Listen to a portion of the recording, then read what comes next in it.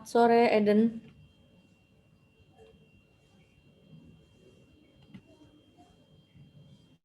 Halo. Oke, silakan Eden. Keisha, apa kabar Keisha?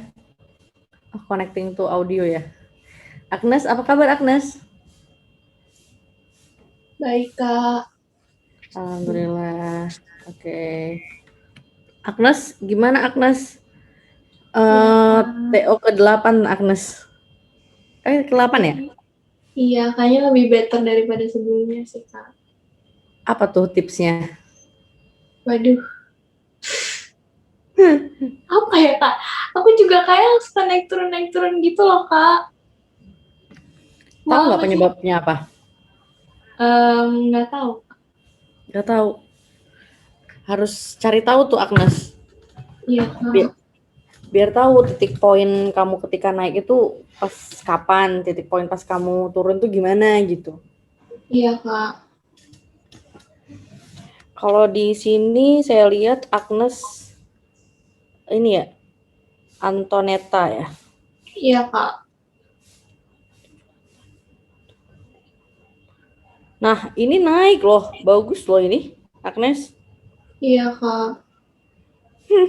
Mungkin ada faktor ini nggak sih, kayak soalnya mungkin juga kan berbeda-beda ya setiap TO ya, gitu kan. Iya, Betul, ada mungkin juga faktor kesiapan juga ya, faktor kesiapan. Nanti iya UTBK bener, tuh Kak. kira-kira pakai CBT atau enggak? Kenapa, Kak? Infonya terakhir UTBK CBT atau enggak? Maksudnya pakai komputer atau datang langsung offline? Waduh, aku kurang tahu deh, Kak. Tapi kayaknya offline deh. Offline ya? Tapi nggak tahu sih, Kak. Masih 50-50. Kurang jelas juga. Oke, mungkin nanti dipersiapkan juga ya. Soalnya apa? Ujian offline sama online tuh pasti rasanya beda banget gitu kan. Iya, Kak. Iya, mungkin yang udah terbiasa di mana ya? Udah kayak saya gitu kan. Waktu itu kan saya pernah sempet ini ya. eh pernah sempat kena COVID kan ya saya alumni nih. Sempat beneran. Saya isolasi 4 kali swab 20 hari, dan itu ketika cuman di rumah aja terus nggak ketemu orang banyak, terus kayak saya keluar ngelihat orang banyak itu pusing. Tiba-tiba saya pusing. Itu udah sembuh ya, itu udah sembuh di hari 20. Hari 21 tuh kayak saya harus ngelihat orang banyak, lingkungan sekitar banyak tuh harus langsung pusing gitu, nggak tahu kenapa ya. Mungkin karena perlu adaptasi lagi gitu kali ya. Gitu. Iya, Kak. Jadi mungkin kalau ujian offline juga kayak gitu kali ya. Biasa ngelihat soal di laptop terus soal di kertas itu mungkin perlu diimbangin juga tuh latihannya gitu. Jadi nggak cuman di laptop tapi ngelihat juga di buku, sering baca gitu ya. Nggak cuman Iya, di laptop Kak. gitu. Karena mata itu kan beda juga adaptasinya gitu. Karena kalau saya biasa ngoreksi offline ya, senang banget ngoreksi offline, tapi tiba-tiba ngoreksi ketika Google Classroom pasti kan harus di note satu itu beda sih rasanya. Tetap aja nanti tetap semangat latihan ya Agnes ya, Riberu. Iya, Kak. Amin. Oke. Kemudian Komang, apa kabar Komang? Baik, Kak. Baik ya. Kenapa Komang lemes banget? Habis pergi tadi. Oh, habis pergi. Tapi udah makan malam belum? Belum, Kak. Belum ya Tuhan. Makan dulu Komang. Iya, Biar Kak. semangat nih. Kenapa PPU-nya turun Komang?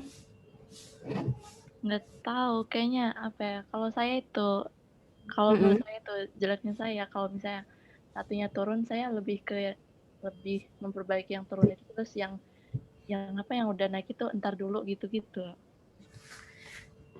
Terus yang entar dulu itu jadi turun gitu ya? Atau gimana? Jadi yang kayak entar dulu itu kayak nggak maksimal gitu jadinya persiapannya. Oke. Jadi ketika ada soal-soal yang dilupakan dia malah turun gitu ya, Komang ya? Iya, kayak gitu.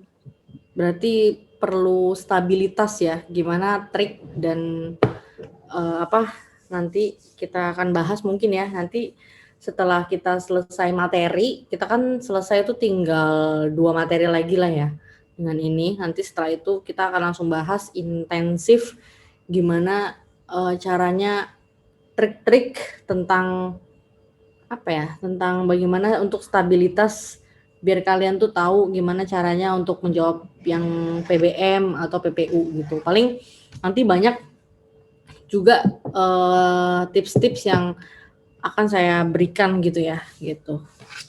Untuk kelas-kelas yang intensif ya. Gitu. Komang tetap semangat ya. Iya, makasih Kak. Oke, ini ada Ervi. Ervi, saya punya utang sama kamu ya, Ervi ya?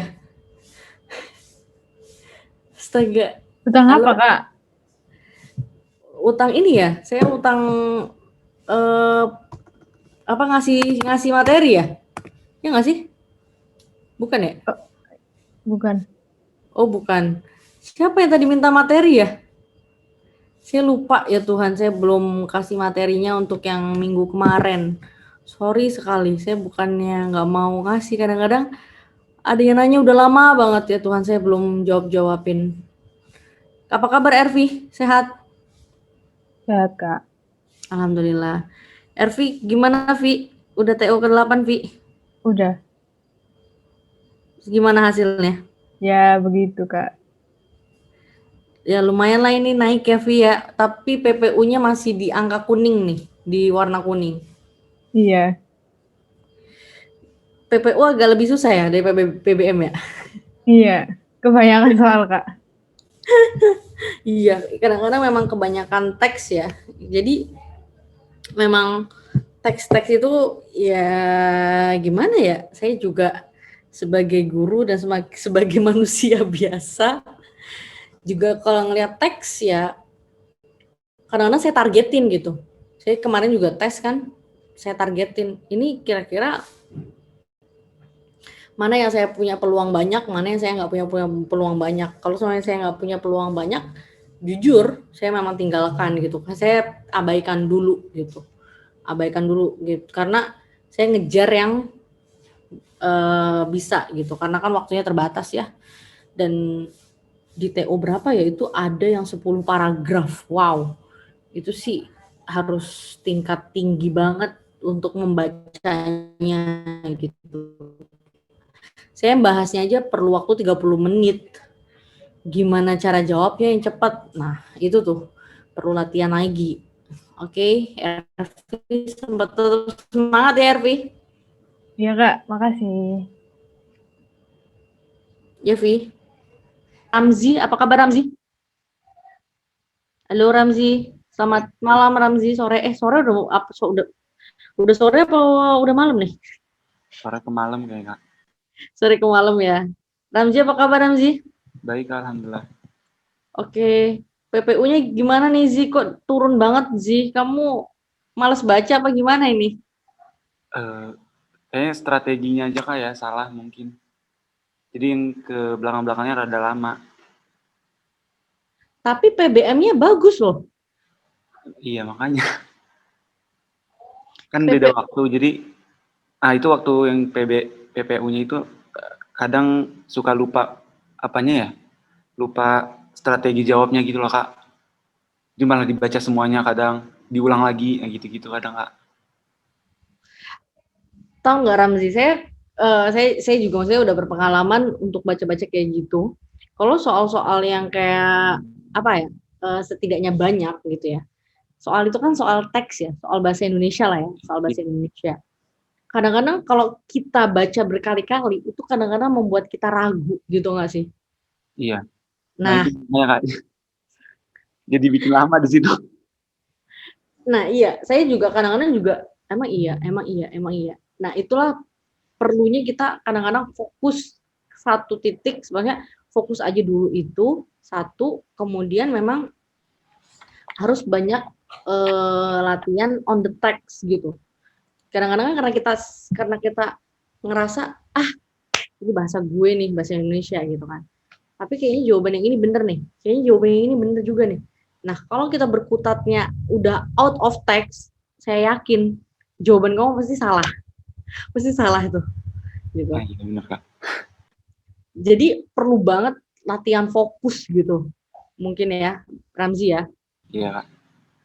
Nah, kalau sampai kamu udah ngerasanya, jujur ya, kalau udah ngerasanya udah buyar, saya yakin sih, saya harap kamu next page dulu gitu, next soal dulu gitu. Jangan blunder di situ ya, gitu. Oke. Siap. Soalnya kalau udah blunder di situ, banyak pertanyaan out of the text, pasti jawabannya udah nggak sesuai sama yang dimau soal gitu. Karena kan lumayan banyak ya soalnya gitu. Mungkin bisa coba yang soal yang lain dulu gitu. Oh, Itu gitu ya. mungkin salah satunya. Karena itu kan faktor X ya berarti. Iya Kak. Benar. Faktor X. Nanti faktor in-nya mungkin nanti kita bakal bisa bahas sama-sama gimana caranya, strateginya untuk kita memahami sebuah teks. Yang penting memahami sebuah teks, saya udah pernah selalu cerita ya. Yang pertama adalah inti dari sebuah teks atau sebuah kalimat itu ada di predikatnya, ada di verb-nya, ada di apa yang dilakukannya. Jadi intinya adalah kamu cari dulu ini apa yang dilakukan. Jadi di dalam otak kalian tuh harus ada dua pertanyaan. Apa yang dilakukan? Apa? What-nya dulu. Kemudian yang kedua adalah siapa yang melakukan. Berarti kalian harus cari predikatnya sama subjeknya dulu nih. Kalau pola dasar subjek dan predikat aja kalian udah bisa nentuin, saya yakin kamu udah tahu ini siapa yang lakuin, ini apa yang dilakuin, dan pasti tahu objeknya apa yang akan dilakukan gitu. Maksudnya apa yang dituju gitu. Karena kan orang nulis itu kan pasti nggak luput dari ada actionnya gitu, ada verb-nya gitu. Ketika ini teks nggak ada verb-nya, nggak mungkin jadi teks yang bagus. Pasti ada purpose-nya, ada tujuannya gitu. Otomatis kalian harus cari dulu predikatnya, harus cari dulu kata-kata yang intinya. Nah, ada pertanyaan kan kadang-kadang inti dari kalimat tersebut adalah, berarti kalian harus tahu nih subjek sama predikat itu kayak ringkasannya gitu. Oke? Oke, Semangat Kak. ya. Makasih banyak Kak. Oke, sama-sama. Wina, gimana kabarnya Wina? Alhamdulillah baik Kak. Alhamdulillah. Gimana Win? PPU-nya juga ada kendala ya Win? Iya sih, cuman kayaknya naik dikit deh Kak PPU-nya dari yang sebelumnya. Iya, naik dikit tapi masih masih warnanya belum aman nih. Iya, Betul. Mungkin Wina kendalanya di mana Win? Di diri kamu sendiri kah atau gimana? Ya Win? iya Kak. Susah ya? Atau kurang ini?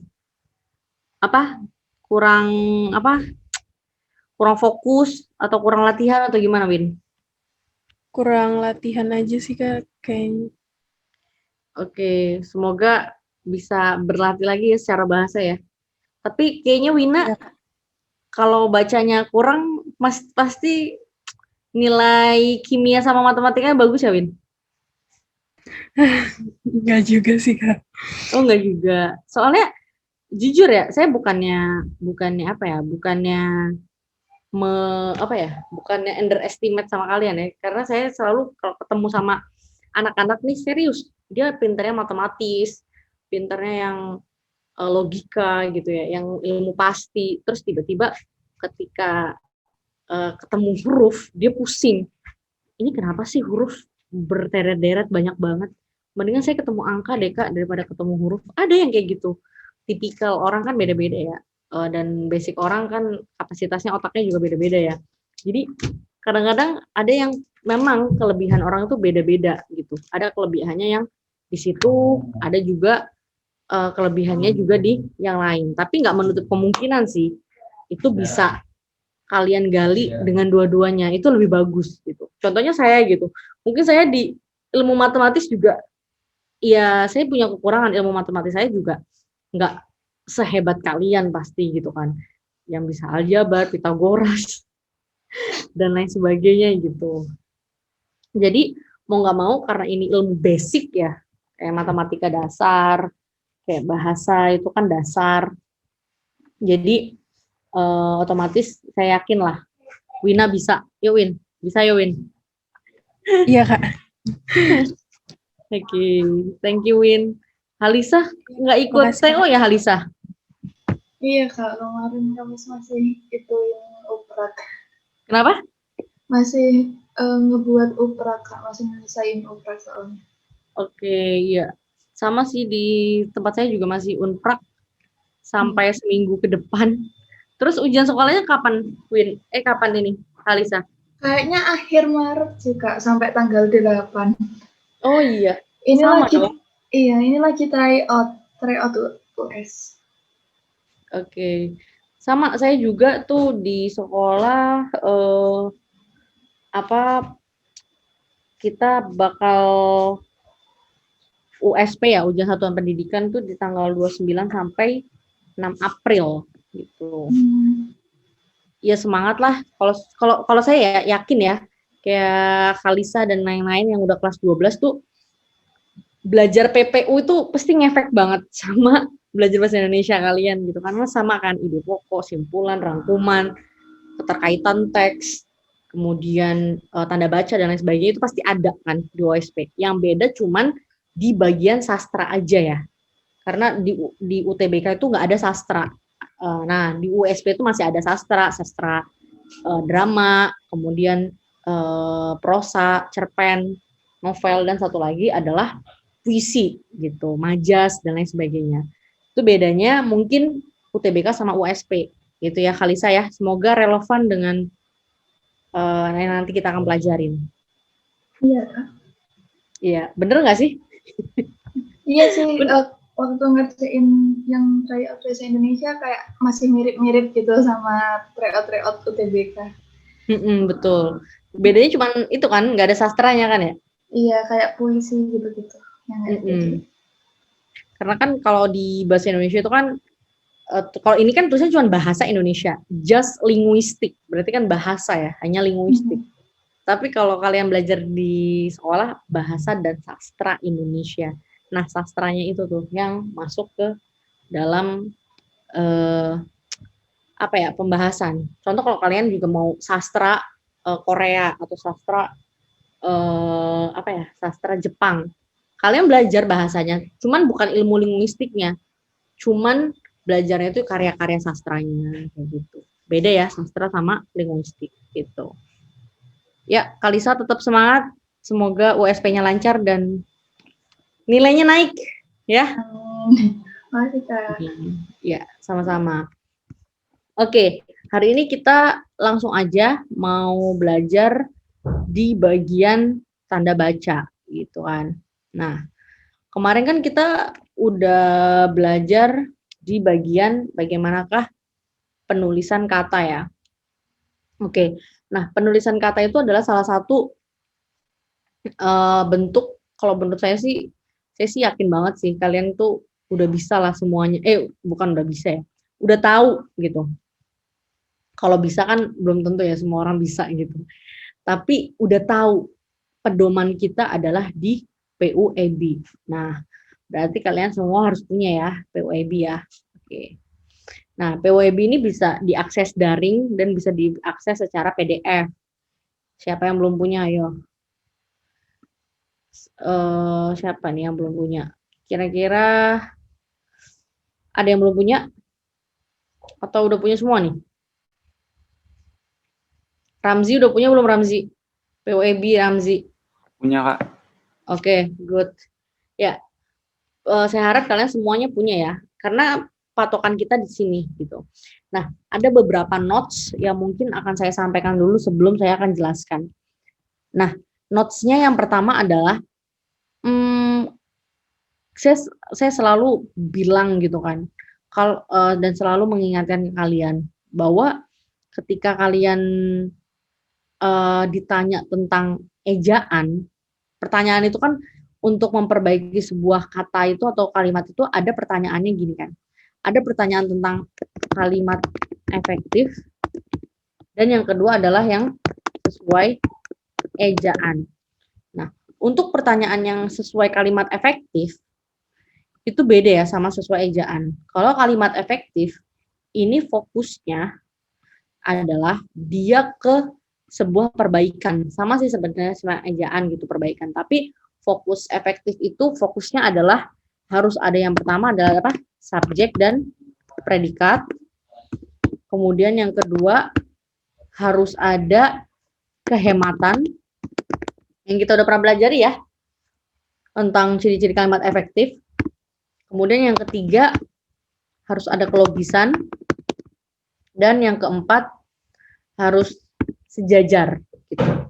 Harus ada kesejajaran. Nah, 4 ini adalah hal yang harus kalian perhatikan kalau di kalimat efektif. Kalau pertanyaannya kalimat efektif ya. Tapi kalau pertanyaannya ejaan, kalian berarti fokusnya kemana? Fokusnya ke pemakaian huruf, satu ini. Kemudian yang kedua adalah ke penulisan kata, 2. Kemudian yang ketiga adalah pemakaian tanda baca. Dan yang keempat adalah apa nih? Yang keempat itu ada penulisan unsur serapan. Jadi kalau ditanyain ejaan, kalian fungsinya keempat ini ya, gitu. Ke pemakaian huruf, pemakaian kata, tanda baca, dan unsur serapan. Ada empat juga gitu. Jangan sampai ketika kalian ditanyain soal kalimat efektif, kalian nyarinya ejaan. Jangan sampai kayak gitu. Kadang-kadang ada yang soal-soal ngecoh kayak gitu tuh, gitu. Tapi ada juga kadang-kadang soal-soal yang ditanyanya kalimat efektif, dia masukin ejaan. Ada juga ejaan yang masukin efektif. Kak, itu kan itu kan nggak hemat, Kak. Lah yang ditanya apa? Kalau ditanya ejaan, dia bukan mempermasalahkan ini, tapi dia mempermasalahkan adalah ke fisik, bentuk fisiknya ya, huruf, kata, tanda baca, dan tadi adalah unsur serapan. Seperti itu. Itu yang harus di notes pertama sih sama kalian. Jadi harus fokus apa maunya soal dulu. Kemudian yang kedua, kemarin kita sudah belajar tentang yang penulisan kata nih. Kita udah tahu ya gimana nulis kata dasar, kata berimbuhan, bentuk ulang, gabungan kata. Udah tahu kan ya? Gabungan kata mana yang digabung, mana yang dipisah, pemenggalan kata, untuk suku kata, kata depan, bagaimana penulisannya, partikel, sanksi, kemudian lah, per, dan pun, dan lain sebagainya. Bagaimana menulis singkatan dan akronim, angka bilangan, kata ganti, dan kata sandang. Kita sudah fix di sini ya, gitu. Nah, untuk selanjutnya, hari ini kita akan bahas yang pemakaian tanda baca. Gitu. Oke, langsung aja ke slide berikut ini. Saya sebenarnya ngasih slide-nya juga sebenarnya sesuai sama ini sih, sesuai sama POEB juga gitu. Ngambil-ngambilnya juga dari POEB. Kalau nggak ngambil dari POEB, ya ngambil dari mana lagi kan? Karena kita punya pedoman ya. Ini pedoman yang paling menurut saya paling mudah dipelajarin. Tapi jangan sampai kalian cuma dibaca doang gitu ya. Jangan sampai cuma dibaca doang. Kenapa, Kak? Gitu kan. Ya karena kalau cuma dibaca doang, menurut saya itu nggak efektif. Yang efektif adalah PUEB ini harus untuk menyelesaikan masalah, untuk harus menyelesaikan soal. Jadi dibuka saat kalian mengkaji atau mengulang mengenai soal-soal gitu. Kalau kalian nggak untuk menyelesaikan soal-soal tersebut, maka tidak efektif. Efeknya seperti itu. Oke. Nah, ini saya singkat aja ya, langsung nanti kalau ada pertanyaan silakan langsung ditanyakan. Yang pertama adalah tentang penggunaan huruf kapital. Ya, gimana sih cara orang nulis menggunakan huruf kapital?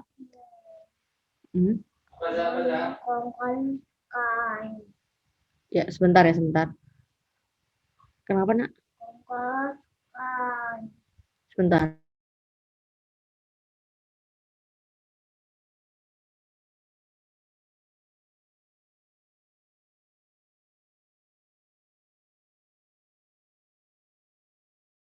Oke, lanjut ya. Mohon maaf.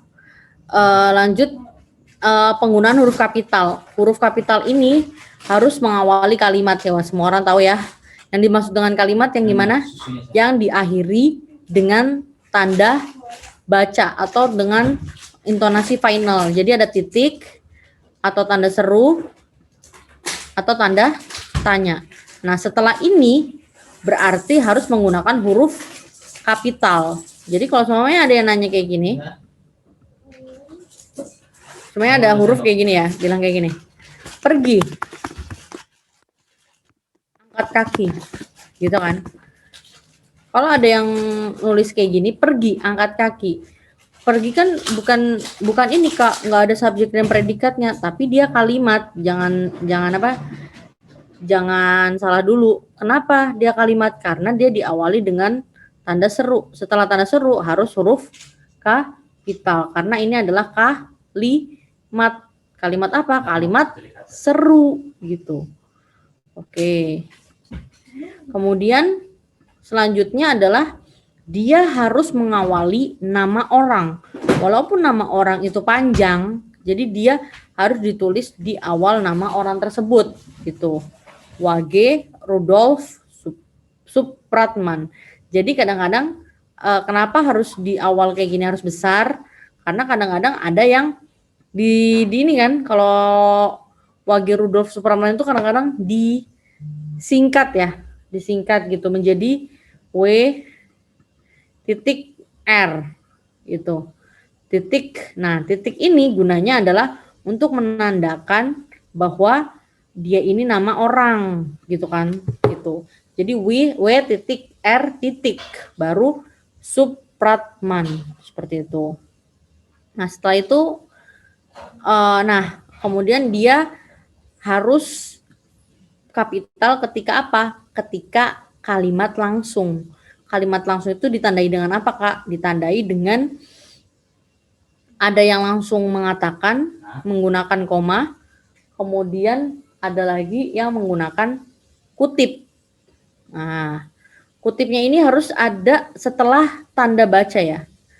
Jadi kalau semuanya dia titik, berarti titik dulu, ya berarti titik dulu. Jangan sampai kebalik ya, baru tanda kutip gitu. Jangan kutip dulu baru titik gitu kan. Oke. Kemudian yang selanjutnya masih huruf kapital. Oke, nama kapital juga digunakan untuk nama agama, I gede, kitab suci Al-Qur'an. Oke. Untuk Al-Qur'an di sini ini adalah kebijakan baru PUEB ya. Jadi kalau kita update di PUEB itu tulisan Al-Qur'an kayak gini.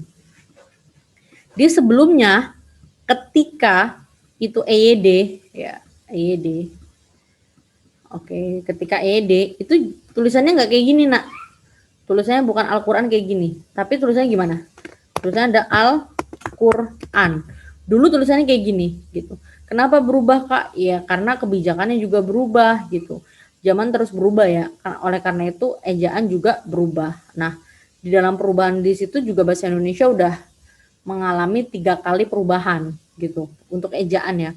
Yang pertama kita kan 1928 itu udah ada bahasa Indonesia kan ya, Sumpah Pemuda. Kemudian kita pasti pakai ejaannya bukan ejaan benar-benar bahasa Indonesia.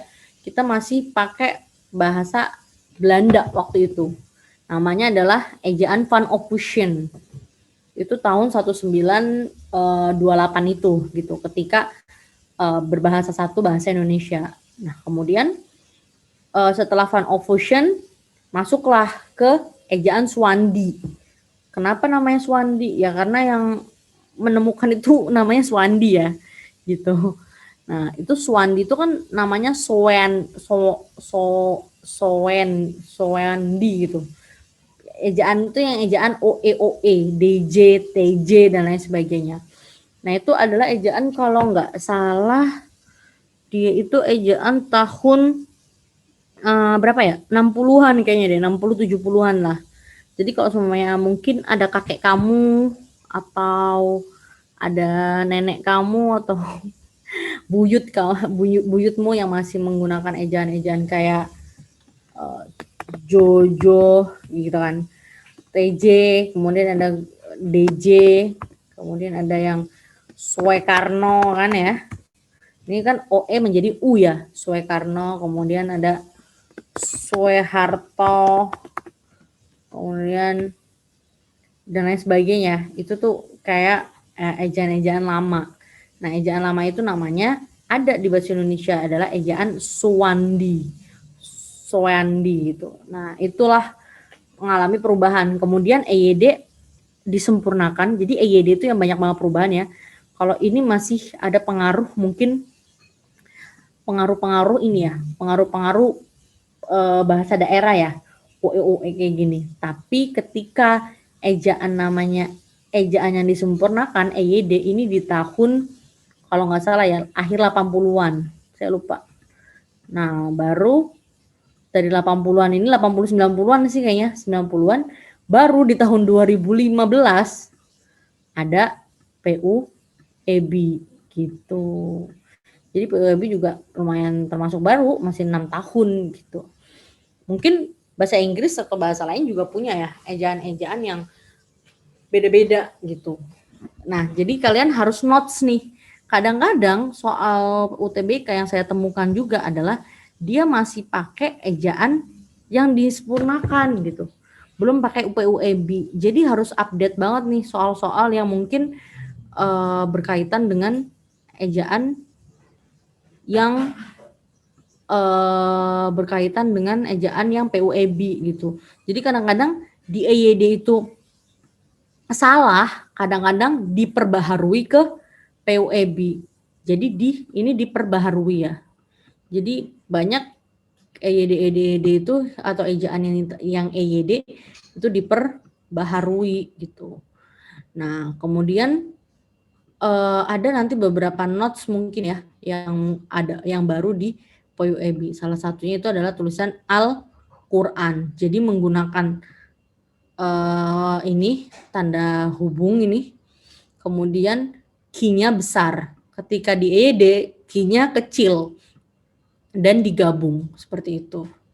Kemudian nama Tuhan Allah gitu kan, A-nya besar. Ini mau di awal, mau di akhir, mau di tengah sama ya, besar ya semuanya. Kemudian ada lagi kata ganti Tuhan, ketika itu merujuknya ke kata ganti Tuhan, maka ada tulisannya yang Maha Esa, Y, kadang-kadang disingkat ya YME gitu kan.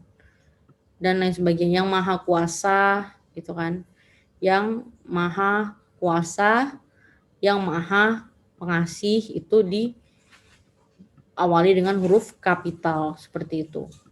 Kemudian gelar kehormatan. Nah, gelar kehormatan juga harus menggunakan plus nama orang ya, harus plus nama orang. Kalau dia gelar kehormatan doang, saya bertemu Sultan, S-nya berarti kecil, tapi dia harus plus nama orang gitu. Kemudian gelar keturunan plus nama orang juga. Contoh Raden Ajeng Kartini. Raden Ajeng ini kan nama keturunan kan. Diikuti nama orang. Kalau diikuti nama orang, baru dia besar. Tapi kalau semuanya saya adalah Raden Ajeng, ya berarti dia R sama A-nya kecil. Nah, kemudian gelar keagamaan dengan harus nama orang. Contoh gelar keagamaan Nabi, Rasul, kemudian apa lagi ya? Malaikat mungkin ya, malaikat. Kemudian Ustadz dan lain sebagainya ya. Gelar keagamaan kan ada beberapa ya, banyak gitu. Oke. Sampai sini ada pertanyaan? Halo? Ada yang mau nanya?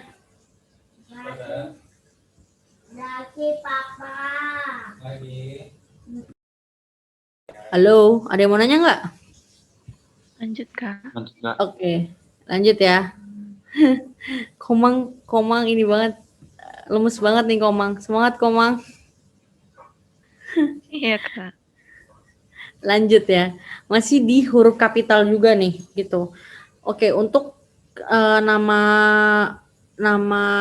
orang, ada nama orang. Nah, tadi nama orang sama gelar sama keturunan aja dia udah kapital ya. Apalagi dia punya jabatan, punya pangkat gitu kan. plus nama orang itu harus semuanya kapital. Tapi kalau semuanya cuma jabatan doang, ya berarti nggak usah kapital. Cuma jabatan doang, cuma satu. Berarti nggak perlu kapital. Cuman pangkat doang gimana Kak? Ya ini kan jabatan koma pangkat. Jadi bisa salah satu ya. Bisa salah satu ini plus nama orang baru dia boleh huruf kapital. Contoh apa? Jabatannya adalah wakil presiden atau enggak sekretariat jenderal. Nah, kalau dia cuman jabatan doang gitu, semuanya ketua RT gitu kan, ketua RW gitu atau enggak RW, RT. Saya ketemu Bapak RT 05, Bapak Fuadi gitu. Nah, kalau cuman jabatannya doang, dia tetap kapital ya. Jadi boleh salah satu, boleh ada pangkatnya, boleh ada jabatannya, dia boleh kapital seperti itu. Nah, kemudian ditambah lagi kalau suami dia ada nama instansi atau nama tempat juga harus kapital. Contoh Gubernur Papua Barat. Nah, G-nya itu kan sebuah apa? Sebuah jabatan ya, gitu kan? Sebuah jabatan. Terus plus apa tadi? Plus nama tempat, ya kan? Aduh. Oke. Berarti ini apa? Jabatan.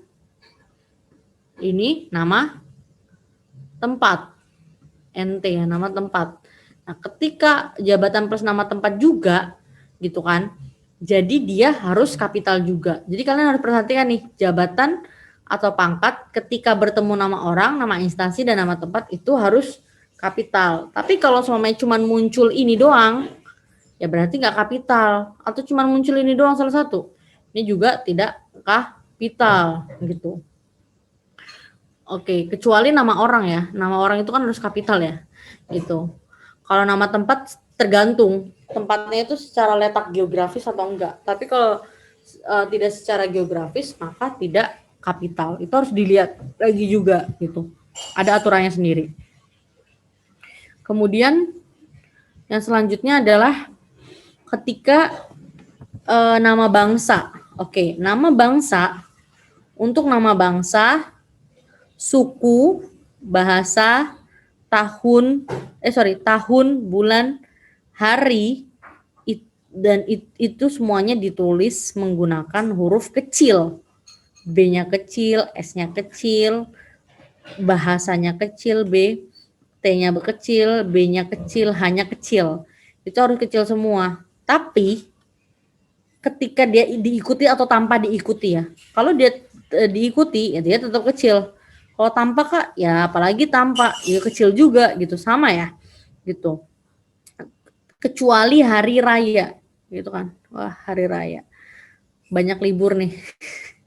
Aduh, Lebaran, Natal, Idul Fitri, Idul Adha, itu baru ditulis menggunakan huruf kapital seperti itu.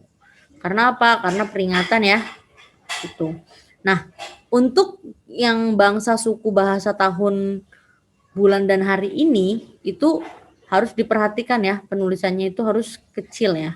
Tapi kalau sampai kalian kadang-kadang bilang, Kak, tapi kan tulisan bahasa Indonesia itu kadang-kadang gede Kak, atau tulisan bahasa Inggris itu besar Kak. Nah, kalau untuk judul, kadang-kadang kan kalau sampai kalian lihat ya, buku itu ada judulnya kan.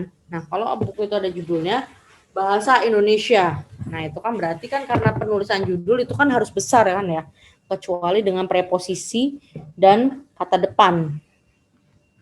Kalau dia memang keperluannya untuk judul, iya dia nggak apa-apa besar. Tapi kalau dia keperluannya cuma menulis gitu kan dalam sebuah kalimat, itu baru dia harus kecil. Nah, di sini ada catatannya ya. Catatannya adalah nama bangsa, suku bangsa, dan bahasa dipakai sebagai bentuk dasar. Kata turunan tidak ditulis dengan huruf kapital. Misalnya, ketika dia berbentuk dasar atau kata keturunan. Jadi bentuk dasarnya aja dia udah kecil. Apalagi dia ada kata turunannya atau mendapatkan imbuhan. Contoh adalah pengindonesiaan. Ketika dia mendapatkan imbuhan ini kan dari ya, sorry. Pengindonesiaan ini kan prosesnya kan kenapa ada peng ini, dia prosesnya dari dulu ya. Mengindonesia baru dulu, baru ke ya. Gitu prosesnya, ada 2 kali proses. Gitu, gak langsung peng gitu, enggak ada. Pengindonesiaan berarti kalau semuanya ada kata pengindonesiaan ini harus kecil. Jadi kalau kata ini menjadi sebuah plus imbuhan plus afiks ya, plus afiksasi, dia harus menggunakan huruf kecil gitu kan. Harus menggunakan huruf kecil. Sebenarnya salah ya saya ya, memberikan sebuah kata-katanya huruf kecil, huruf besar. Harusnya huruf kapital dan huruf apa ya? Huruf biasa aja gitu. Huruf nggak caps lock. Ya huruf kecil lah gitu ya. Nah, kemudian ke Inggris-Inggrisan, kesamaan. Nah, ini kan dia berlaga ke Inggris-Inggrisan. Berarti kalau ketika dia ada imbuhannya kan dapat afiks ya. Dapat afiks dia juga harus kecil. Ke Jawa-Jawaan. Nah, ini juga harus kecil juga, sama seperti ke Inggrisan. Seperti itu. Oke. Next ya, selanjutnya adalah tentang penggunaan huruf kapital juga masih sama. Oke, untuk huruf kapital di sini notes-nya adalah mungkin ini sama seperti kayak EYD ya, bahwa huruf kapital itu harus ada peristiwa sejarah. Ketika dia itu peristiwa sejarah, ada di dalam sejarah gitu kan. Kayak Konferensi Asia Afrika, Perang Dunia II, Perang Dunia I, Proklamasi Kemerdekaan Indonesia, dia harus menggunakan huruf kapital di awalnya. Ketika itu peristiwa sejarah tapi kalau bukan peristiwa sejarah ya nggak perlu gitu. Oke. Sebentar.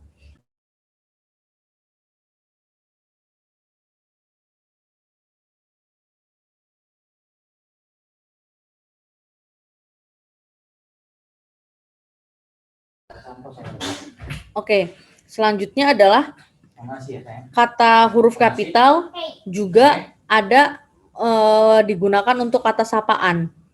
Nah, untuk kata sapaan ini adalah dia yang benar-benar merujuknya menyapa ya. Bukan kata sapaan itu harus selalu bapak, harus selalu ibu gitu kan. Nah, kita lihat perbedaannya ya. Kapan bapak berangkat? Ini kan kata sapaan ya. Kenapa? Karena dia menuju seseorang, menuju orang. Ada orang yang dituju. Ada orang yang dituju, yang ditanya gitu. Kalau ada kata orang yang dituju atau ditanya, itu berarti menggunakan huruf kapital. Nah, kalau semuanya gini, kita harus menghormati bapak, ibu kita. Bapak, ibu kita ini, kita, ada kata kita, berarti umum kan. Kita ini kan personal jamak ya, kata jamak ya, kita. Nah, bapak, ibu kita, itu referensinya kan nggak satu.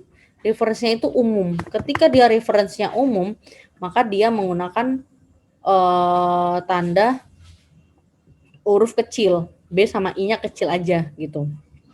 Kemudian ada kata selamat pagi dokter. Nah, karena dia ini menyapa, ada kata dokternya, tapi kan dokter kan umum juga bisa dokter mata, dokter anak dan sebagainya gitu ya.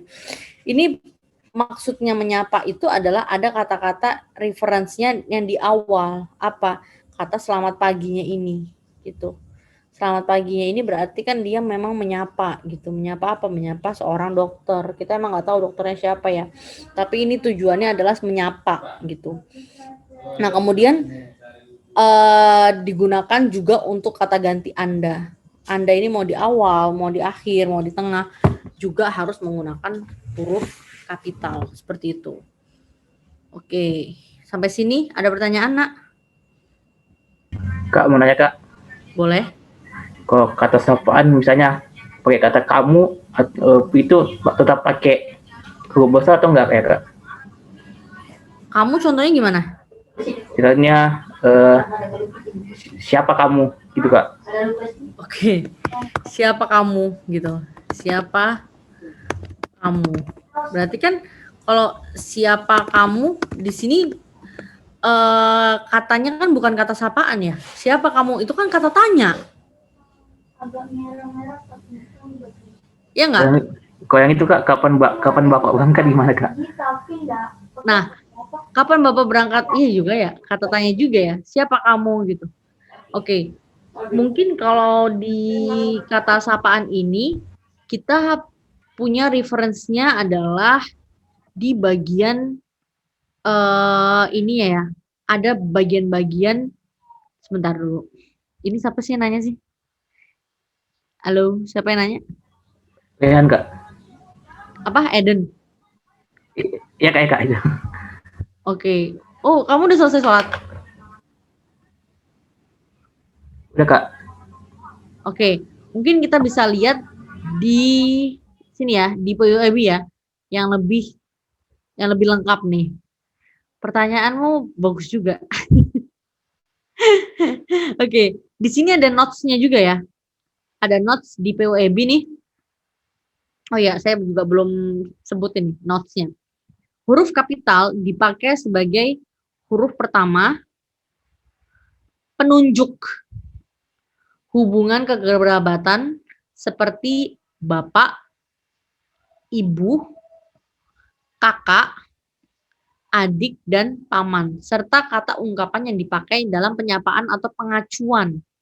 Nah, berarti kan ada kata acuan ya, dalam penyapaan dan pengacuan. Berarti ada dua poinnya, harus menyapa dan harus mengacu. Kemana? Ke huruf pertama, kemana?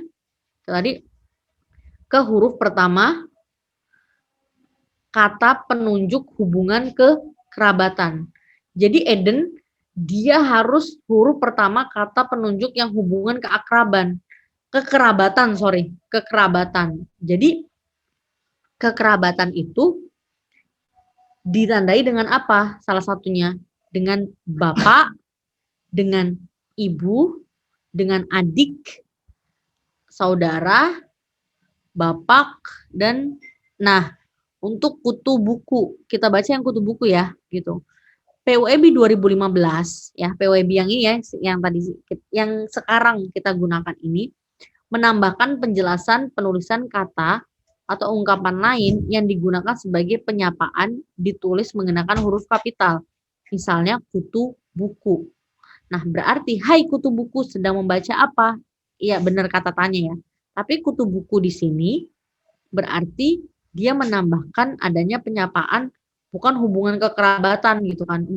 Tapi dia untuk ungkapan gitu kan. Ungkapan ini kan ungkapan kias ya gitu. Berarti tambahannya ini. Nah, di sini ada catatannya lagi, istilah kekerabatan bukan merupakan penyapaan atau pengacuan. Oke. Misalnya, kita harus menghormati bapak, ibu kita. Semua kakak dan adik saya sudah berkeluarga. Oke, berarti hubungan kekerabatan berikut bukan merupakan penyapaan atau pengacuan. Yang ini ya, yang ini bukan merupakan pengacuan atau penyapaan. Kenapa? Nah, kalau kita lihat ciri-cirinya, kalau di sini penyapaan dan pengacuan semuanya menggunakan kata tanya ya.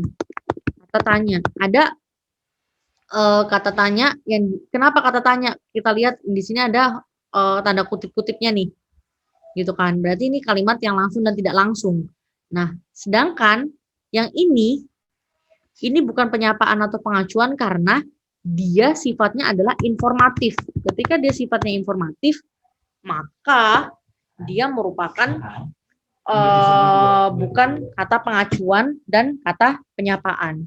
Gitu Eden. Mungkin kalau siapa kamu? Kamu itu bukan memiliki hubungan kekerabatan. Jadi kamu itu bukan termasuk harus menggunakan huruf kapital. Seperti itu Eden jawabannya. Kak. Kecuali siapa Anda? Nah, kalau Anda baru dia harus menggunakan huruf kapital ya. Eden. Siap, Kak. Oke. Lanjut di bagian ya Tuhan. Ini huruf kapital aja kita udah 30 menit. Ini kapital doang ya. Waduh, saya kayaknya nggak bisa semuanya ngejelasin nih. Soalnya total slide saya ada 31 loh. Cepet aja ya, langsung ya. Tapi huruf kapital serius deh. Huruf kapital ini juga banyak banget sih yang keluar gitu. Yang banyak kesalahan ejaan. Oke, lanjut aja ya. Selanjutnya huruf kapital digunakan untuk nama geografi. Nama geografi itu artinya apa? Nama yang benar-benar tertara yang ada di ini ya, yang ada di peta gitu kan. Yang benar-benar ada di peta. Contoh ya ini ya. Jakarta, Pulau Miangas, Bukit, Barisan, Ngarai, Sianok, Selat, Sungai, Teluk, Terusan, Gang, Kelurahan, Kecamatan, Pegunungan, Lembah, Zazirah, Dataran Tinggi, Danau Toba, Gunung, dan lain sebagainya. Yang perlu kalian perhatikan adalah di sini ada kata pulau, bukit yang saya tandai ya. Ini ketika dia diikuti plus letak geografis, dia harus menggunakan huruf kapital. Ini harus menggunakan huruf kapital. Kecuali saya bilang cuma gini, Indonesia banyak pulau-pulau. Nah, pulau-pulau itu P-nya kecil, tapi ketika pulau ini dilekati dengan letak geografis, dia harus menggunakan huruf kapital.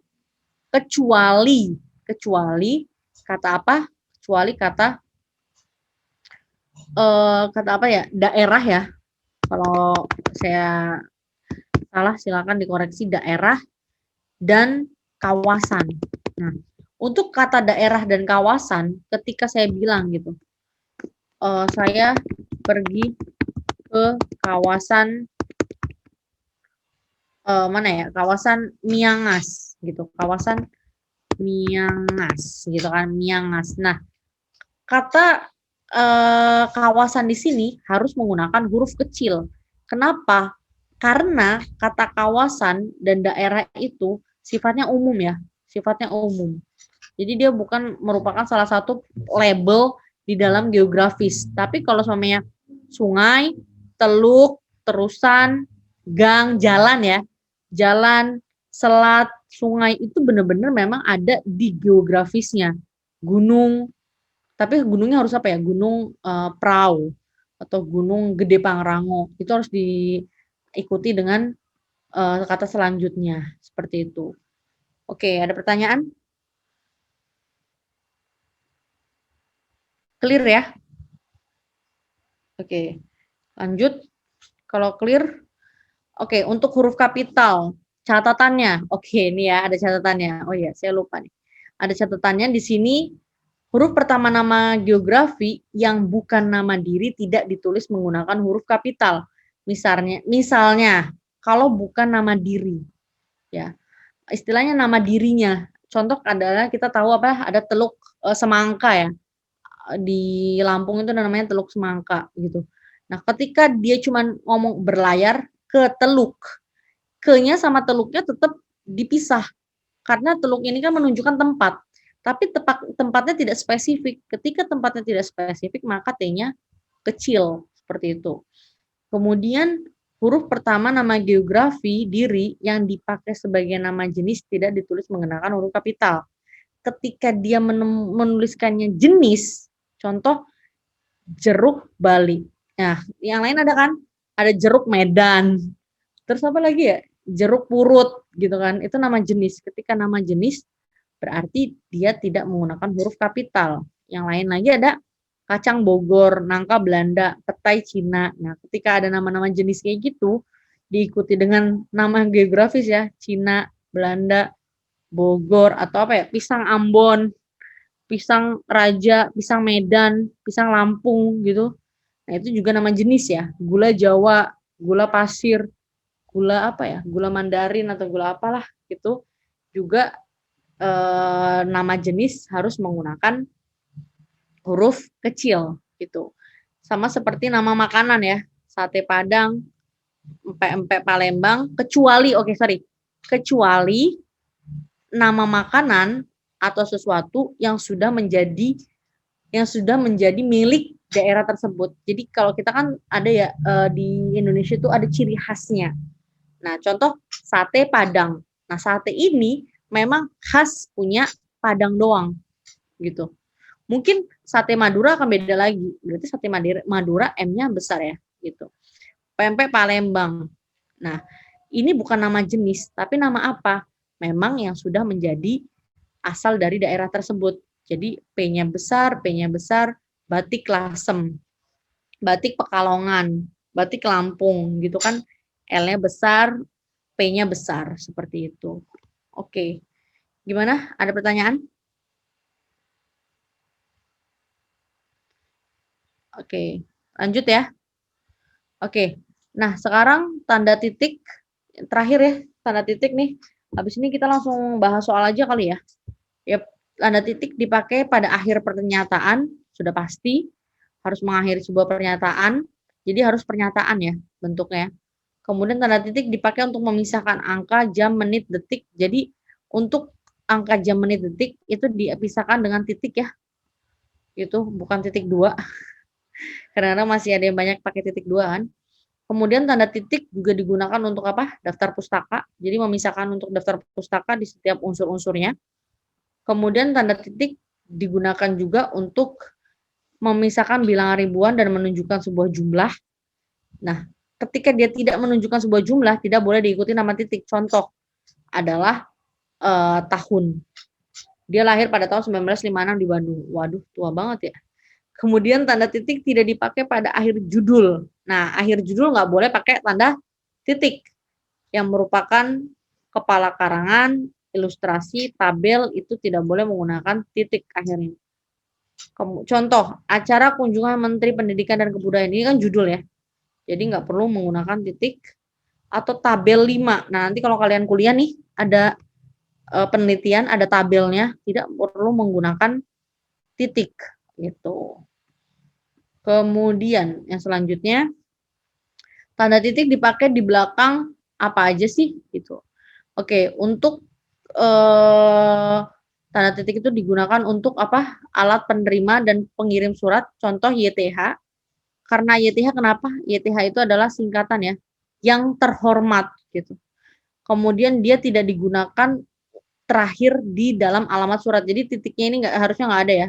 Untuk di dalam surat itu titik nggak ada, kecuali dia setelah YTH dan nomor no ya. NO titik. Kenapa? Karena ini adalah singkatan. Kemudian yang selanjutnya menggunakan tanggal surat harus ada titik. Tidak boleh ada tanda titik, sorry. Gitu. Tanda titik hanya digunakan untuk YTH, DLL, HLM, AN atas nama sampai dengan S.D, A.N, dan untuk DSB juga ya, dan sebagainya. DSB juga harus titik, seperti itu. Kenapa ya? Karena itu singkatan. Setelah itu ada tanda koma. Tanda koma digunakan untuk perincian. Dia jadi memerincikan untuk beberapa hal, harus memerinci ya. Kalau cuma 2 ya nggak perlu gitu. Gitu kan. Kemudian menggunakannya sebelum konjungsi. Konjungsi apa yang digunakan? Contoh adalah sebelum konjungsi yang kalimat setara ya. Contoh tetapi, melainkan, sedangkan. Nah, ini nih yang perlu di-notes kalian. Yang ketika konjungsinya itu adalah kalimat majemuk setara, maka harus menggunakan konjungsi sebelum konjungsi tersebut, yaitu tetapi, melainkan, dan sedangkan. Seperti itu. Kemudian ada juga konjungsi digunakan untuk anak kalimat yang mendahului induk kalimat. Jadi anak-anak kalimatnya dulu nih. Gitu. Induk kalimat itu gimana, Kak? Induk kalimat itu ya subjek plus predikat. Jadi subjek dan plus predikatnya itu di belakang. Ketika dia di belakang didahului. Kalau diundang, saya datang. Berarti komanya ini menunjukkan bahwa saya datang ini subjek plus predikat. Nih, tadi kan saya bilang ya, kalau PPU itu harus kalian perhatikan subjek dan predikatnya. Kadang-kadang nih kalimat tanda koma itu sebagai kayak udah apa ya, udah ngasih tanda bahwa ini loh saya kasih nih tahu bahwa induk kalimatnya itu setelah anak kalimat.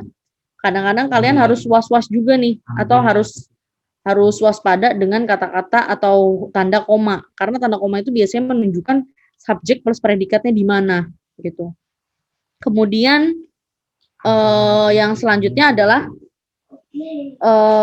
karena baik hati, koma juga gitu kan, dan lain sebagainya. Bisa dilihatlah di PWB ya. Kemudian tanda koma, kalau tadi itu di kalimat majemuk setara itu tanda komanya di sebelum konjungsi, kalau sekarang tanda komanya di antar kalimat itu setelah konjungsi, komanya setelah konjungsi gitu. Itu bedanya, yang paling menonjol ya. Kemudian, nah kemudian tanda koma juga digunakan untuk yang kemarin ya, interjeksi, wah, oh begitu. Cuman kalau semuanya wah doang, wah lukisanmu bagus, langsung tanda seru. Tapi kalau semuanya masih ada terusannya, dia tetap menggunakan tanda seru, tapi dibedakan menggunakan koma seperti itu. Oke, contoh hati-hati ya, jalannya licin. Nak, kapan selesai kuliahmu? Siapa namamu? Dik. Oke, Diknya ini berarti tadi apa? Kata sapaan kekerabatan. Dia baik sekali, Bu, gitu kan. Bu-nya juga besar, kata seru dan sapaan. Kemudian, oh harusnya dia baik sekali, Bu. Ini koma ya, sorry. Oke. Lanjut, bagian koma. Nah, selanjutnya adalah dia digunakan untuk kalimat langsung. Oke, untuk kalimat langsung ini wajib banget sih. Pemberian kalimat langsung. Pemberian itu artinya adalah penjelasan ya. Contoh, kata nenek saya, koma, tanda ini, tanda kutip, 2. Kemudian kita harus berbagi dalam hidup ini, koma, kata nenek saya, koma, karena, nah bedanya kalau dia kutipan langsung, dia harus ada huruf kapital di sini, gitu. Tapi kalau semuanya kalimat tidak langsung, dia kata kapitalnya hanya di sini saja. Di selanjutnya tidak ada kapital, gitu. Kemudian contoh, di mana saudara tinggal? Tanya Pak Lurah. Oke, kalau kalimat langsung, dia pertanyaan, T-nya kecil. Masuk ke dalam kelas sekarang, perintahnya. P-nya juga kecil. Kenapa P-nya kecil? Karena ini tuh masih satu kalimat ya. Jadi tanda kutip ini tuh, Kak, bukannya setelah ini tuh harus besar gitu, setelah tanda tanya. Karena kan ini kalimat. Enggak. Kenapa bukan kalimat? Kenapa enggak kalimat? Karena masih ada kutip ini. Kutip ini yang masih menandakan bahwa ini kutipan yang belum selesai dan selesainya adalah di titik ini. Gitu. Beda sama ini ya masalahnya ya, gitu. Oke. Kemudian yang selanjutnya adalah tanda koma digunakan untuk gelar akademik. Nah, ini nih yang sering mungkin kalian harus temuin dan perhatikan ya. Contoh, B. Ratulangi, koma, SE, titik, Nyonya Hadijah, koma, terakhir itu kalau gelar akademik harus titik ya. Itu notes yang pertama. Notes yang kedua, dia harus menggunakan koma setelah ini. Ya. Oke. Nah, kemudian di sini kan ada 2 kata ya. Ada 2 orang nih. B. Ratulangi dan Nyonya Hadijah.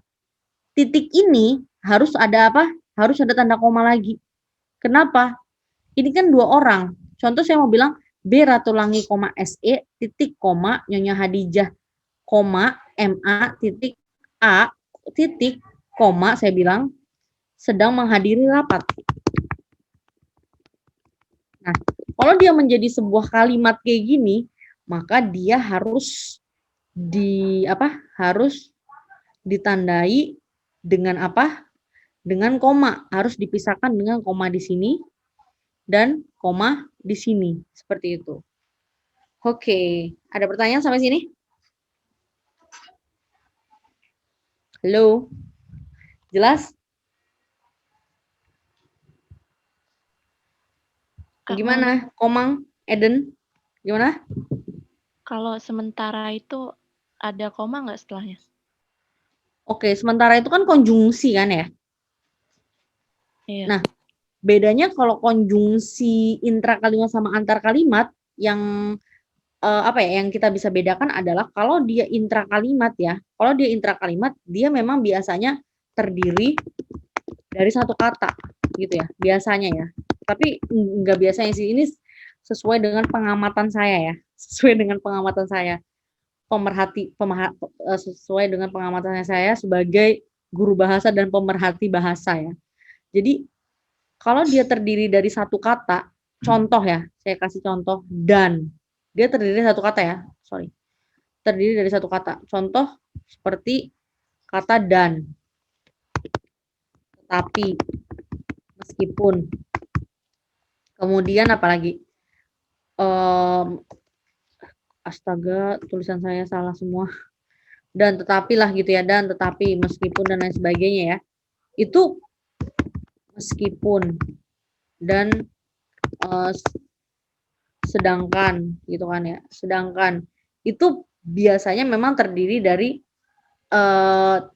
intrakalimat. Itu biasanya adalah intrakalimat ya. Kenapa Kak? Ini kan ada kata partikel pun Kak, gitu kan. Partikel pun itu kan berarti menunjukkan apa? Menunjukkan dua gitu kan, menunjukkan dua meskipun gitu. Nah, kalau walaupun gimana? Nah, kalau walaupun itu juga intrakalimat ya, walaupun itu juga intrakalimat. Nah, ciri-ciri yang biasanya dia antar kalimat memang kebanyakan ya, mostly gitu, kebanyakan kalau antar kalimat dia memang terdiri dari dua kata. Contoh apa? Oleh, karena itu. Ini malah 3 kata, akan tetapi. Nah, kita membedakannya di sini. Ada kata akan tetapi dengan kata tetapi. Ketika dia tetapi ya, ketika dia cuma satu kata tetapi dia merupakan in. Tapi kalau sama media akan tetapi dia menjadi antar kalimat. Seperti itu. Mungkin itu salah satu pembedaannya ya. Kalau kalian mungkin ngerasa, duh banyak banget yang harus dihafal nih, korelatif, antar kalimat, interkalimat gitu. Mungkin salah satunya itu triknya. Seperti itu. Oke. Gimana? Jelas? Jelas, makasih Kak. Oke, jelas ya. Oke, kalau sudah jelas, saya nggak bisa semuanya ngejelasin nih. Jadi kalian bisa nanti baca lagi sendiri, langsung aja ke soal aja ya. Oke. Untuk soal, sorry. Ini tadi kalian udah kerjakan ya? Oke, untuk soal mungkin saya akan lihat hasil dari soal itu. Gitu kan. Kalian udah ngerjain semua ya? Tadi kita lihat di sini nomor 1. Wow, nomor 1 banyak yang salah. Kita lihat ya. Kalimat yang memiliki kesalahan ejaan. Nah, berarti kesalahan ejaan fokusnya kemana tadi? Ke kata, huruf, tanda baca, dan serapan. Oke, untuk kalau suaminya ada soal seperti ini, baca soalnya dulu yang pertama. Kemudian baca opsinya. Jangan baca teksnya dulu, baca opsinya dulu. Kenapa, Kak? Karena yang diminta itu kan nggak semua kalimat ya. Ini ada 9 kalimat.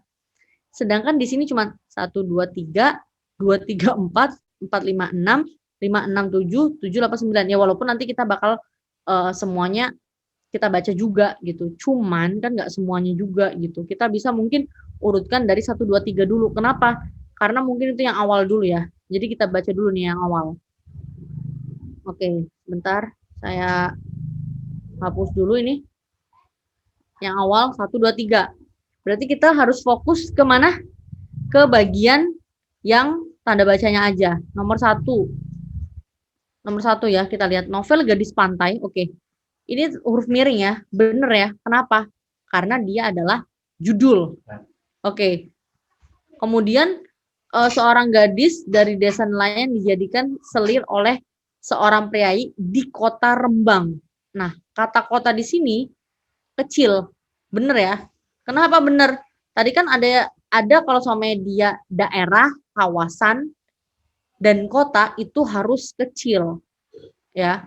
Kecuali dia yang spesifik seperti teluk, sungai, gunung. R-nya besar. Itu benar ya. Kemudian nomor 2. Oke, kemudian ada kata apa lagi? Diberi nama pribadi, koma, melainkan. Nah, komanya ini benar juga ya. Kenapa? Karena dia sebelum konjungsi setara. Sekadar, benar ya. Dari kata kadar, baku, disebut gadis pantai. Nah, gadis pantainya kenapa, Kak? Kok di sini miring, di sininya kutip? Oke, bedanya adalah ketika dia ini, jadi gini, kalau tulisan novel atau buku, dia bisa miring, tapi nggak semua bisa nulis miring ya. Tapi dia bisa digantikan dengan kutip. Salah satunya itu, gitu ya. Tapi nggak semua buku sih, harusnya artikel sih yang kutip ya. Tapi karena ini penyebutan dan ini adalah press gitu kan, maksudnya apa ya? Penekanan lah gitu, penekanan disebut gadis pantai, jadi dia harus huruf harus menggunakan huruf besar, huruf bold ya, huruf bold. Kemudian nomor 4, sebutan gadis pantai. Oke, sebutan gadis pantai. Jadi ini sebutan ya, bukan novelnya ya, reference-nya beda ya. Diperlakukan seakan itulah nama perempuan tersebut, koma, sedangkan beberapa tokoh lain memiliki nama pribadi. Ini juga benar. Di awal novel digambarkan kesedihan gadis pantai karena ini ada kutip, harus melupakan jala dan setiap pekan diperbaikinya, dan juga yang tergantung di dapur. Ini ada apa? Tanda apa? Tanda hubung. Kenapa ini ada tanda hubung? Kita lihat dulu ya. Sebentar. Berarti kalau semuanya udah kayak gini nih, kita udah tahu ya 1, 2, 3 itu benar. Kalau 1, 2, 3 benar, berarti kita langsung mau melakukan seleksi. Itu yang harus kita lakukan. 1, 2, 3 benar, berarti ini kan yang disebut apa? Yang memiliki kesalahan ejaan. Ketika dia cuma salah-salah 1, itu nggak boleh. Dia harus salah-salah 3, 3-nya harus benar-benar salah. Jadi kalau 1, 2, 3 itu benar, berarti 2, 3 ini juga benar kan? Berarti ini juga salah. Ini salah gitu kan. Berarti tinggal apa? Tinggal 4, 5, 6, 5, 6, 7, 7, 8, 9. Seperti itu. Jadi harus dilihat dulu tuh nomornya. Kita bisa melakukan seleksi di situ. Oke, selanjutnya berarti kita lihat nih nomor 4, 5, 6 gitu kan.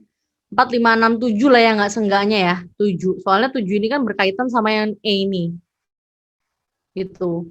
4, 5, 6, 7. Sebentar. Saya remove dulu. Clear remove. Nah, kemudian di nomor 4 tadi udah ya, benar juga. Berarti yang C enggak ya? Berarti 4 tadi kita udah baca ya. Nah, udah baca, nomor 4 berarti juga enggak. Berarti tinggal 5, 6, 7. Penentuannya di nomor 5, 6, 7. Kita baca nomor 5. Di awal novel digambarkan kesedihan gadis pantai karena ada tanda kutip, harus melupakan jala yang setiap pekan diperbaikinya dengan layar tua yang tergantung di dapur, juga baut laut tanah airnya. Oke, di sini udah jelas ada kesalahan yang sangat menonjol ya. Kalau kalian nggak tahu penggunaan tanda kutip, di sini ada kesalahan tanah airnya. Ini tidak digabung. Ini kemarin kan tentang penulisan kata kan. Ini salah gitu. Yang satu ini salah. Kemudian yang tanda kutip ini benar, kenapa? Karena ini adalah kutipan dari halaman 12. Jadi ini benar. Kemudian tanda hubung ini, apakah ini benar gitu kan? Nah, tanda hubung ini adalah memang dia untuk mengaposisikan yang depan. Tapi biasanya kalau ada tanda ini, di belakangnya dia butuh juga tanda kayak gini. Jadi itu tanda untuk mengapit aposisi. Gini. Contoh adalah dia adalah untuk menerangkan sebuah pemerian. Dia harus menjelaskan sebuah sesuatu lebih lanjut. Contoh gini. harus melupakan jala yang setiap pekan diperbaikinya dan layar tua yang tergantung di dapur juga berarti kata juga ini melanjutkan pembicaraan yang sebelumnya. Seperti itu. Berarti kita tahu nomor 5 salah. Oke. Berarti nomor 6. Dan meskipun di dunia yang dia masuki dia mendapatkan segala macam kemewahan, ini kan ada kata dia, ada kata dia. Nah ini dia ngecoh nih, ada kalimat tidak efektif. Apakah kalimat tidak efektif bisa menimbulkan sebuah ejaan? Nah itu kita lihat lagi ya. Selanjutnya, segala macam kemewahan yang tak pernah dikenalnya di kampung asalnya. Rasa ketertarikannya dengan tanah airnya. Oke, tanah airnya digabung lagi. Salah dong. Oke, berarti nomor 6 salah. Kemudian nomor 7, bahwa sebutan, oke, kata bahwa ini nggak boleh di awal kalimat sih sebenarnya. Kenapa? Karena dia kan konjungsi ini ya, konjungsi intrakalimat ya, dalam intrakalimat. Jadi biasanya intrakalimat itu nggak bisa di awal paragraf gini gitu. Tapi ini lebih ke ini ya, lebih ke kalimat efektif ya. Tapi kan ini mintanya ejaan ya.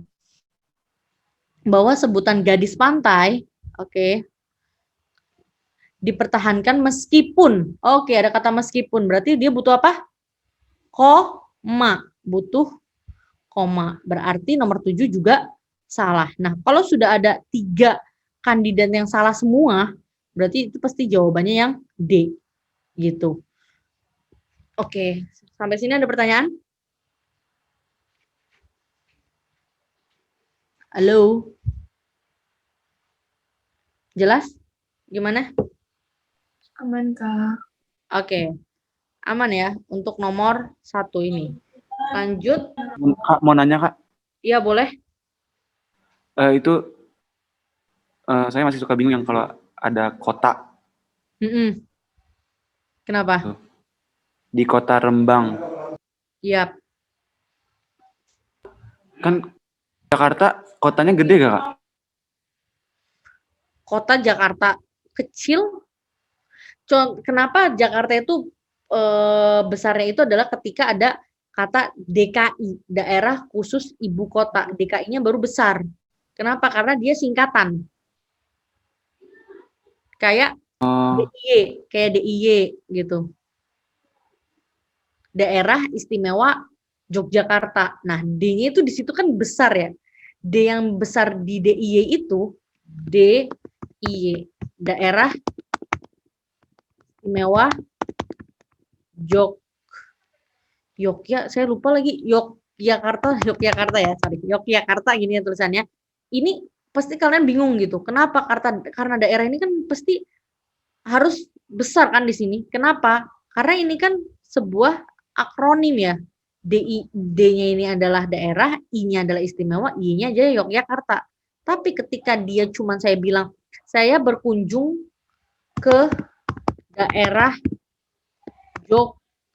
saya bilang di daerah, di salah satu daerah gitu, ke salah satu daerah Yogyakarta. Nah, kalau saya bilang di salah satu daerah Yogyakarta, baru dia ini kecil. Atau ke kawasan atau kota gitu. Nah, itu baru kecil. Tapi kalau semuanya untuk DIY, daerah istimewa Yogyakarta, atau daerah DKI Jakarta itu besar. Karena pengaruhnya adalah dia di singkatan ini, Eden. Bedanya itu. Oke? Jelas ya? Jelas. Iya, kadang-kadang, iya sama-sama Eden. Kadang-kadang kita ngerasa, kayaknya itu bener deh. Gitu kan. Karena sering ngeliat kayak gitu deh. Nah, kadang-kadang yang kita lihat bener tuh, nggak semua orang menerapkan sesuai dengan ejaan gitu kan. Kenapa Kak seperti itu? Ya karena kan tidak ada hukuman khusus atau denda khusus ya untuk orang yang melanggar itu. Jadi orang sih sah-sah aja gitu mau pakai ejaannya sesuai atau enggak gitu. Oke, lanjut. Kalau saya lihat nih nomor 2 banyak yang bener sih. Perlu dibahas kah? Oke, mungkin sekilas saja ya nih saya bahas ya. Penulisan ejaan yang kurang tepat dalam bacaan tersebut adalah yang mana? Kita lihat yang A, penulisan tanda koma pada nomor 2. Langsung aja kalau kayak gini ke soal terus ke opsi juga ya sama ya. Pokoknya kalau soal PBM itu banyak banget harus ngelihat opsinya dulu gitu ya. Beda sama PPU. Itu kenapa mungkin kalian lebih cepat dan lebih teliti dan nilainya lebih banyak, lebih besar gitu mungkin ya. Salah satunya itu faktornya. Tanda koma pada kalimat 2. Simpulan yang demikian ini yang kurang tepat ya. Koma ditarik berdasarkan data perbandingan jumlah pengguna LPG di Indonesia dengan menggunakan LPG di tetangga. Simpulan yang demikian ini, koma yang ini salah. Kenapa? Karena koma di sini tuh ini simpulan yang demikian ini tuh kan bukan konjungsi ya. Ini masih di dalam sebuah kalimat gitu. Simpulan yang demikian ininya ini kan berarti referensinya kemana? Ke kalimat sebelumnya. Berarti ini masih ngejelasin kalimat sebelumnya. Berarti ini adalah kalimat penjelas ya. Simpulan yang demikian ini berarti simpulan ini adalah si subjeknya gitu kan. Ditarik ini adalah predikatnya. Kalau ada subjek sama predikat, ngapain dipisahin sama koma? Itu pertanyaan yang besarnya. Oleh karena itu makanya saya selalu bilang harus lihat dulu nih predikatnya mana, subjeknya mana gitu. Berarti yang tidak benar adalah yang A. Kalau yang B, koma di nomor 3 di Malaysia jumlah koma ya. Di Malaysia jumlah penduduk yang menggunakan gas LPG sudah 5% dari total penduduk. Nah, berarti kalau ini di Malaysia ini ada koma benar. Kenapa? Karena dia mau menegaskan si Malaysia ini gitu kan. Si Malaysia ini jumlah penduduk yang menggunakan gas LPG ini keterangannya. Di Malaysia itu adalah preposisinya. Kan nggak boleh ya preposisi di awal kalimat, kecuali dia memang ada tanda komanya gitu. Nah, kita lihat jumlah penduduk yang menggunakan LPG itu adalah subjeknya sudah 5%, itu adalah predikatnya. Dari itu adalah preposisi. Nah, itu kalian harus lihat dulu gitu, mana yang subjek, mana predikat dan lain sebagainya. Jadi yang ini benar gitu. Oke, sudah jelas lah ya yang ini ya. Perlu dijelaskan lagi. Nomor 4, di Thailand sama seperti yang di atas. Kemudian yang nomor 5, ada komanya. Adapun di Indonesia, oke. Adapun di Indonesia ini, berarti dia juga diawali dengan apa? Oleh anak kalimat. Gitu kan. Oleh anak kalimat. Jadi kalau kalimat itu diawali dengan adverb, atau diawali dengan preposisi atau anak kalimat, yang memisahkan antara induk kalimatnya, gas LPG baru mencapai, ini kan berarti subjek baru mencapai predikat. Nah, berarti ada adverb sebelum inti kalimat atau yang disebut dengan anak kalimat, berarti dia harus menggunakan koma. Berarti ini juga benar, seperti itu. Per tahun, benar ya, per tahun. Setiap tahun, karena apa? Dipisah karena pernya punya makna. Oke, jelas? Ada yang mau nanya? Ada yang mau nanya kah? Enggak. Oke, kalau nggak ada yang nanya, langsung di nomor 4 nih. Oke, kalimat yang mengandung penggunaan tanda baca yang kurang tepat. Oke, tanda baca ya. Kita langsung aja ke opsinya lagi ya, seperti yang tadi ya. Baca soal, kemudian langsung ke opsinya. Opsinya apa? Kalimat pertama, paragraf pertama. Pernahkah Anda, hanya benar ya, bertanya-tanya, koma, benar ya.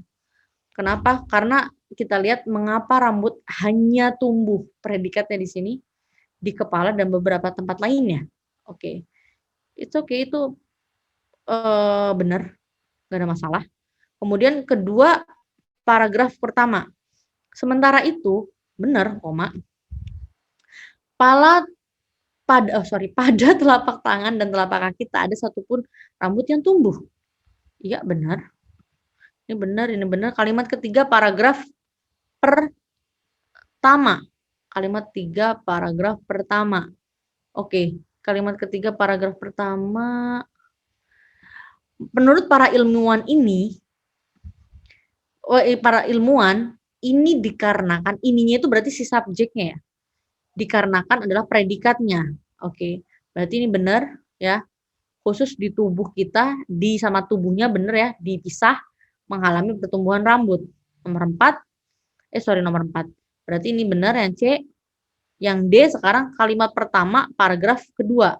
Dalam penelitian ini, ada tanda kutip, kami telah menunjukkan bahwa kulit di daerah sel alami tanpa rambut memproduksi inhibitor yang menghentikan WNT dari melakukan tugasnya. Oke, bener ya, ada koma, ada kutip dulu, ada koma dulu baru kutip, ungkap, oke, Profesor Sarah, bener ya, P-nya besar, diikuti dengan nama. Oke, good, ini benar. Kemudian kalimat kedua, paragraf kedua. Miliar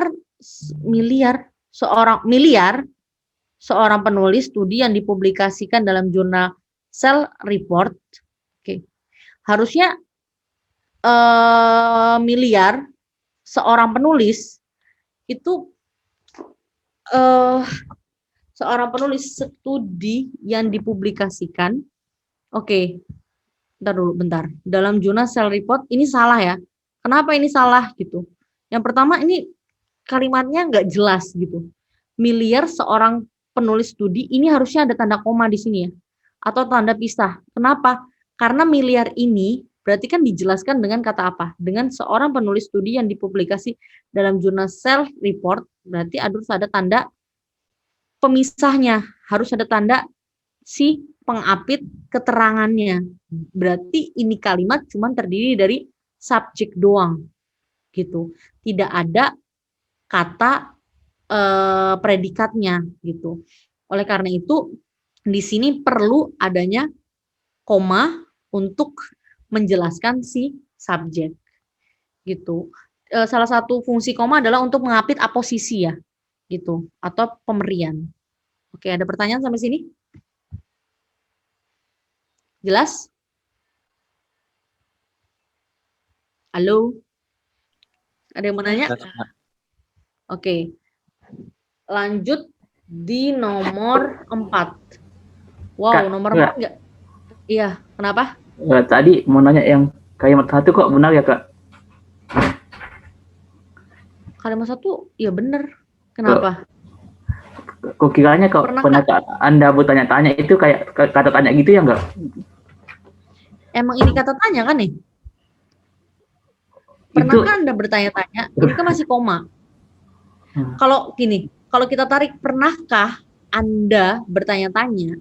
Ini kan kalimatnya belum selesai. Pernahkah Anda bertanya? Maksudnya pernahkah Anda bertanya? Ini kan masalahnya bertanya-tanya, koma. Nah, komanya di sini berarti kan ini adverb doang. Untuk apa? Untuk kalimat tanya selanjutnya. Mengapa rambut?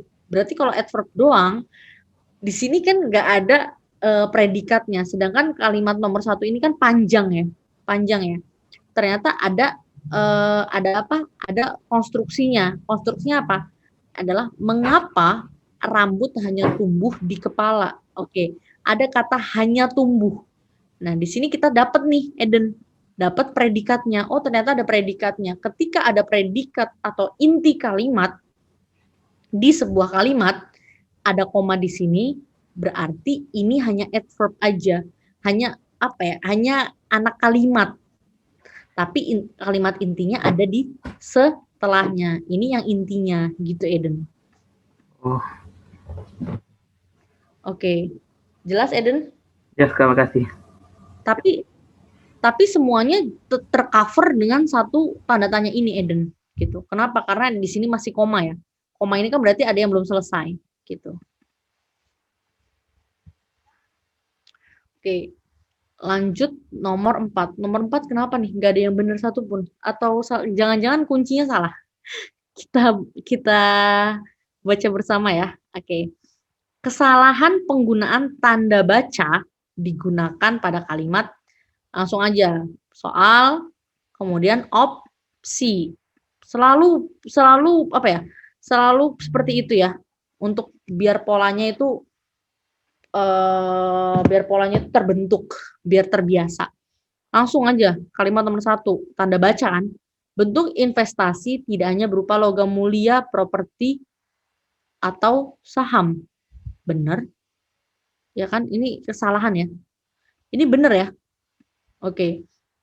Ada tanda tidak hanya logam mulia properti, tidak hanya berupa logam mulia, satu logam mulia. Kemudian logam mulia, ini harusnya koma ya? Tidak hanya berupa logam mulia. Aku jawabnya A. Salah Iya, satu.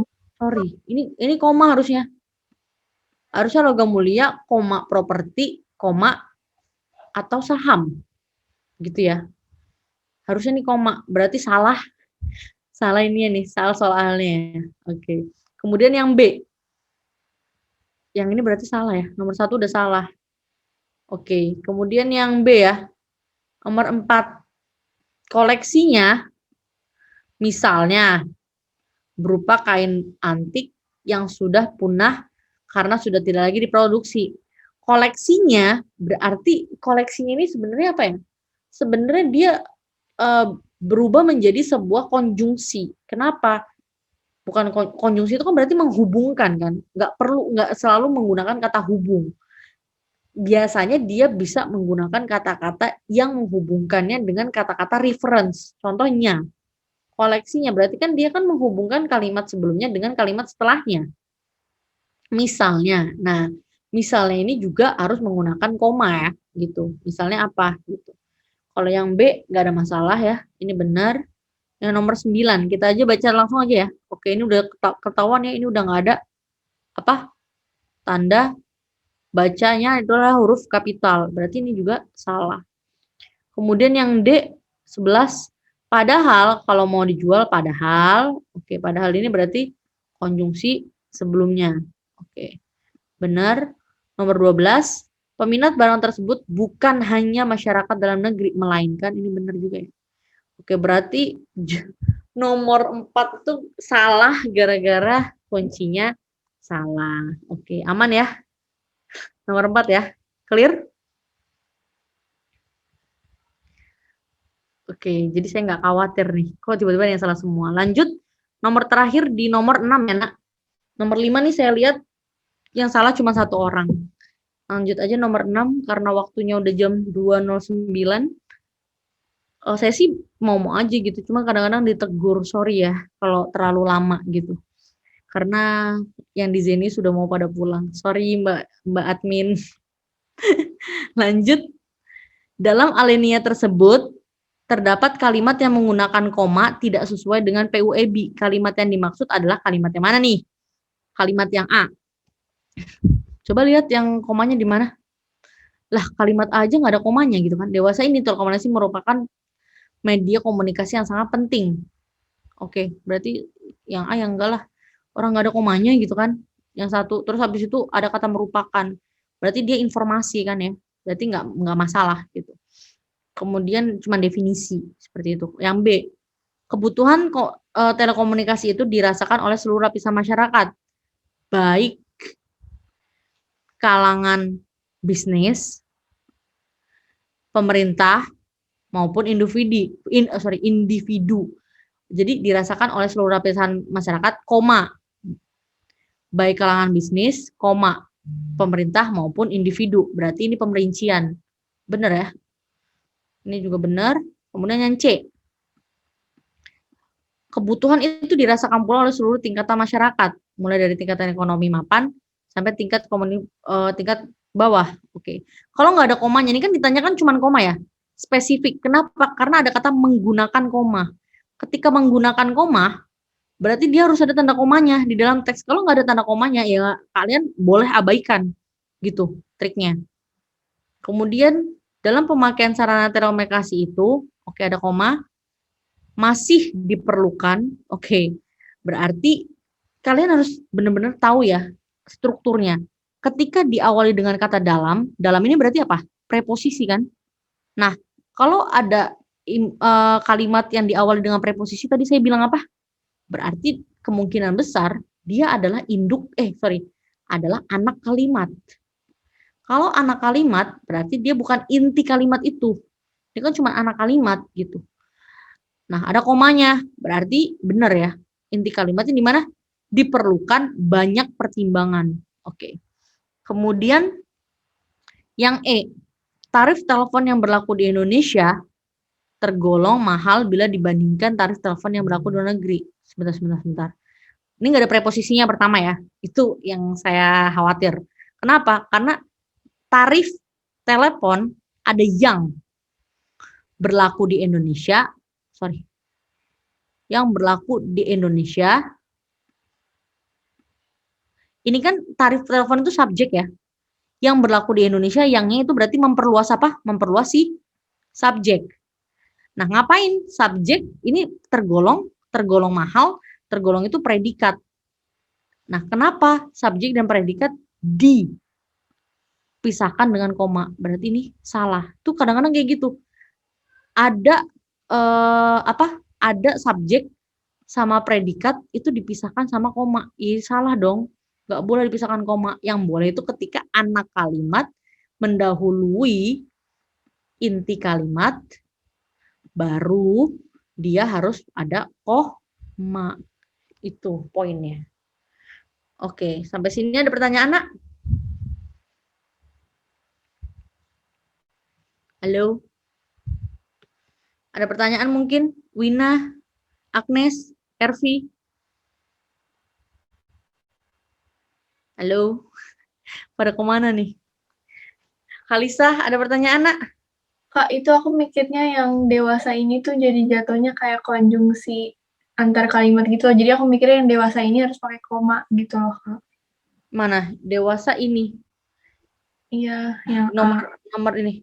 Tapi tadinya aku juga pengen jawab Kak. Tapi gara-gara aku lihat yang A, aku mikirnya kayaknya dewasa ini harus pakai koma gitu, Kak. Oke, karena kamu kekecoh dengan kata dewasa ini ya. Ada kata ini. Iya, Kak. Dewasa ini telekomunikasi merupakan dewasa ini harusnya kamu bilang tanda koma kan. Tapi yang harus Agnes garis bawahi adalah soalnya, Agnes. Berarti kamu kurang memahami soalnya ini. Soalnya bilang apa? Dalam alinea tersebut terdapat kalimat yang menggunakan. Di sini ada kata yang menggunakan tanda koma. Baru nggak sesuai. Oke, Jadi Kak. kamu cuma perhatiin komanya yang di dalam teksnya aja, nggak perlu kamu nambahin. Contoh, tapi nanti akan beda lagi kalau pertanyaannya dalam alinea tersebut ada perbaikan. Nah, perbaikan atau penyuntingan tanda koma, suntinglah atau perbaikilah penggunaan tanda koma yang tidak tepat dalam teks tersebut. Nah, ketika memperbaiki baru boleh menambahkan, boleh mengurangkan. Yang ditanya adalah yang menggunakan. Berarti yang nggak menggunain, tadi yang nggak menggunain nomor berapa? Yang D ya? Yang D, nggak ada penggunaannya. Yang nggak ada itu berarti A. Iya, yang A sama yang A doang ya? Ya, yang A doang. Berarti yang A itu harusnya kamu abaikan. Gitu. Oke, Kak. Agnes? Makasih, Kak. Ya, sama-sama. Oke, thank you untuk malam ini. Semoga bisa kalian pahami bersama, bisa ilmunya juga terserap dengan baik. Saya mohon maaf apabila ada salah-salah kata, tetap semangat, tetap berliterasi, dan jangan lupa yang paling penting adalah jaga kesehatan dan latihan-latihan membaca atau latihan-latihan dalam teks yang apa yang kalian rasa kalian lemahnya di mana. Oke, tetap semangat semuanya. Selamat malam semuanya. Saya akhiri, wabillahi taufiq wal hidayah. Wassalamualaikum warahmatullahi wabarakatuh. Malam semuanya. Waalaikumsalam. Makasih, Kak. Terima kasih banyak, Kak. Terima kasih, Kak. Oke, baik, sama-sama semuanya. Izin live.